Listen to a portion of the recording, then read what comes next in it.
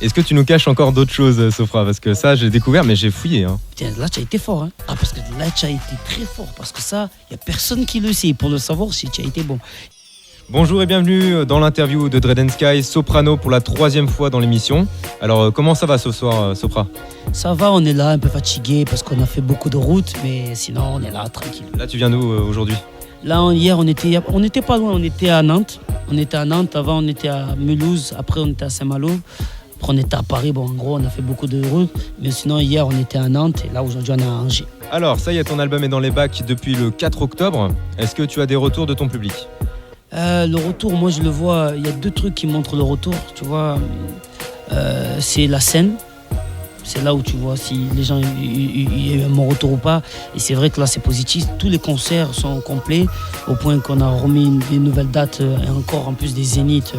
Même le disque qui se vend bien alors qu'on est c'est un grave galère pour vendre des disques aujourd'hui. Donc je suis super content parce que c'est toute tranche d'âge et toute classe sociale qui achète le disque. Je suis super content et j'espère le message y passe. Et en tout cas, comme j'ai fait un concept, c'est la première version, on va dire c'est la partie 1 de l'album, la colombe, le côté un peu avec le côté Saïd. Et après il y a le côté soprano qui arrive, donc c'est bien. D'ailleurs, c'est d'où est venu ce concept de faire un album en 2 parties? Le truc, c'est qu'après, puisqu'il faut vivre, j'étais en thérapie, pour ceux qui connaissent mon album d'avant. Et la conclusion de mon thérapeute, c'est comme ça qu'on dit, de ma psy. Ouais, de la psy, ouais, on peut dire ça aussi. Elle a dit que j'étais fou allié et que j'avais 2 côtés. J'avais un côté super ouvert qui était monsieur et madame tout le monde, le côté Saïd. Et il y avait un côté très spé à moi qui était soprano, qui aimait beaucoup les morceaux spé. Mais bon, c'est un concept et c'est bien d'amener des nouveaux délires et des concepts, quoi. Et sur cet album, pour l'instant, on a fait 3 clips. Hein. Dawa, Crazy et comment ça s'appelle, et Hero. Et on espère enchaîner encore 2 autres clips. Eh ben, on verra ça. C'est à suivre. Ouais, même peut-être 3. On prendra des nouvelles alors. Bien sûr, j'espère. En parlant de Crazy, on a parlé de ce clip.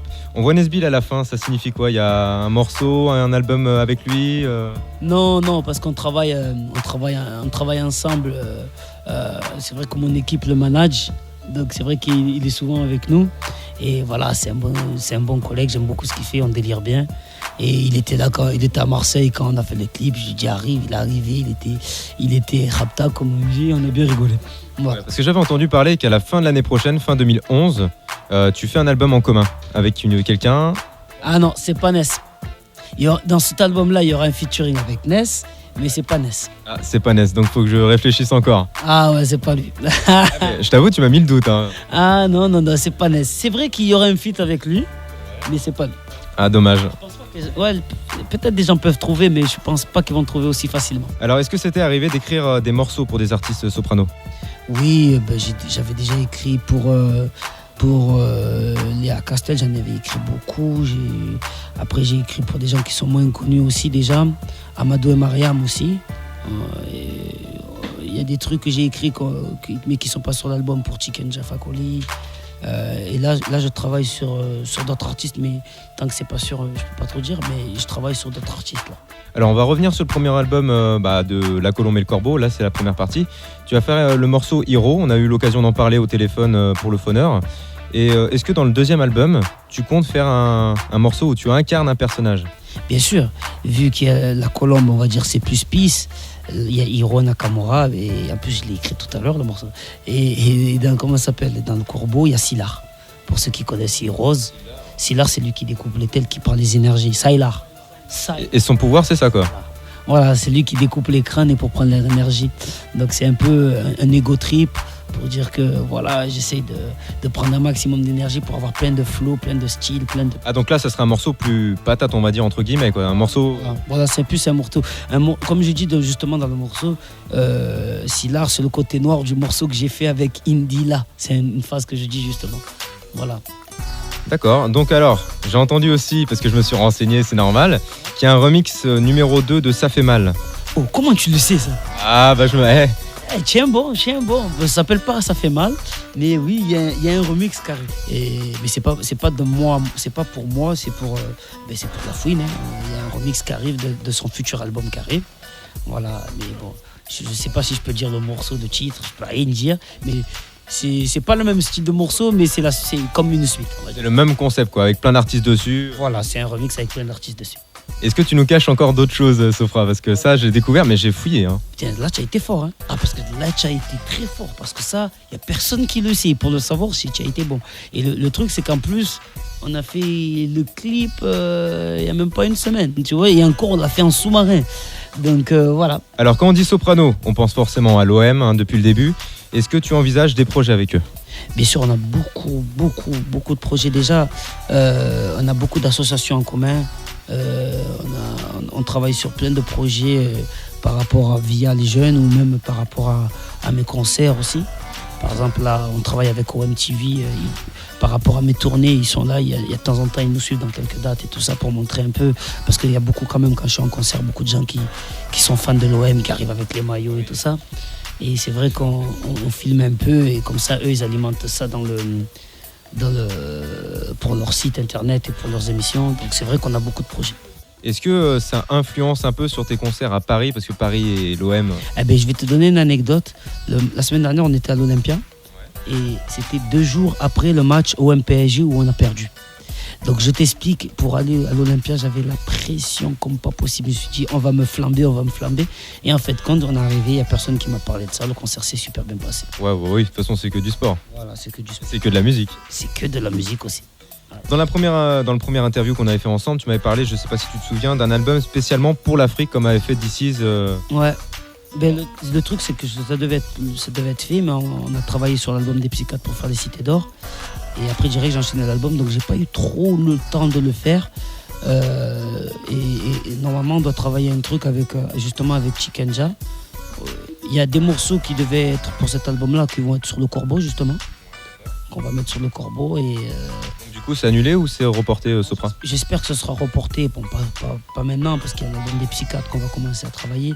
Mais j'espère le plus tôt possible. Il y a tellement de projets. L'année prochaine, ça va être dur. Hein. Ouais, il y a beaucoup de projets. Il y a aussi le projet qu'on devait faire depuis des années avec Gene Record. Donc, on a beaucoup de projets, on va essayer. Ah ouais, donc toi et Medine, on te retrouvera l'année prochaine alors? C'est pas l'année prochaine. Je pense pas que ce sera l'année prochaine parce qu'eux, ils ont déjà table d'écoute qui vont sortir là. Mais on travaille sur plein de projets. Déjà, on va travailler sur LSA, c'est leur marque, pour essayer de faire avancer le message. Et voilà. Petite question culture, hein, on va voir. Est-ce que tu connais Willax, celui qui fait... Oui, je connais son propre bobo. Ah, parce qu'il t'imite aussi? Ah, bien sûr. Ah bah, j'étais pas au courant, tu vois. Ouais. Déjà, attends, c'est du... Alto Bobo, c'est ça? Alto Bobo. Ah ouais, putain. Et il t'imite bien? Ah ouais, putain, il me tue de rire. Ah, quand il fait Alto Bobo, il est fou, ce mec. Et il joue sur quoi? Sur quel tic exactement? Sur le chant et Marseille, toujours, il est habillé en bleu et blanc. Ah, excellent, ouais. Ça fait rire. Mais lui qui me fait le plus rire, c'est quand il refait La Fouine. Quand il refait La Fouine et Ayam. Oh là. Avec la voix là, avec du tutune dessus. Tutune et tout. Ouais, l'autotune, ouais. La belette, baby. Oh, je pleure de rire à chaque fois. Et c'est comment tu l'as appris ça? Comment tu t'as découvert? Ah ben, comment ça s'appelle? À premier, j'ai vu le truc, on m'a dit, il y avait un mec qui avait refait, c'était qui le premier qu'on m'a dit? C'était Sefiu. On était parti regarder, on avait rigolé. Après, d'un coup, on avait vu qu'il en a fait plusieurs, on a fait Kerry. Après, d'un coup, j'ai vu qu'il m'avait fait moi. Après, il avait fait Jams, on était mort de rire, on avait eu La Fouine. Et on avait Akhenaton, coupe le cake, quand elle a fait Shuriken et Ayam. J'ai pleuré de rire, c'est comme ça que je l'ai découvert. Bah c'est bien, moi ça met de l'ambiance dans le rap français quoi. Voilà, des fois on est un peu trop, on est trop noir, c'est bon, de temps en temps il faut rigoler, il faut s'amuser, poser. Comme à l'époque Ayam, quand j'écoutais des morceaux d'Ayam avant, il y avait des morceaux pour rigoler, après il y avait des morceaux sérieux, tu vois. Donc moi j'aime bien de temps en temps des petits trucs comme ça décontracte. Ça détend l'atmosphère, ouais. Tranquillou.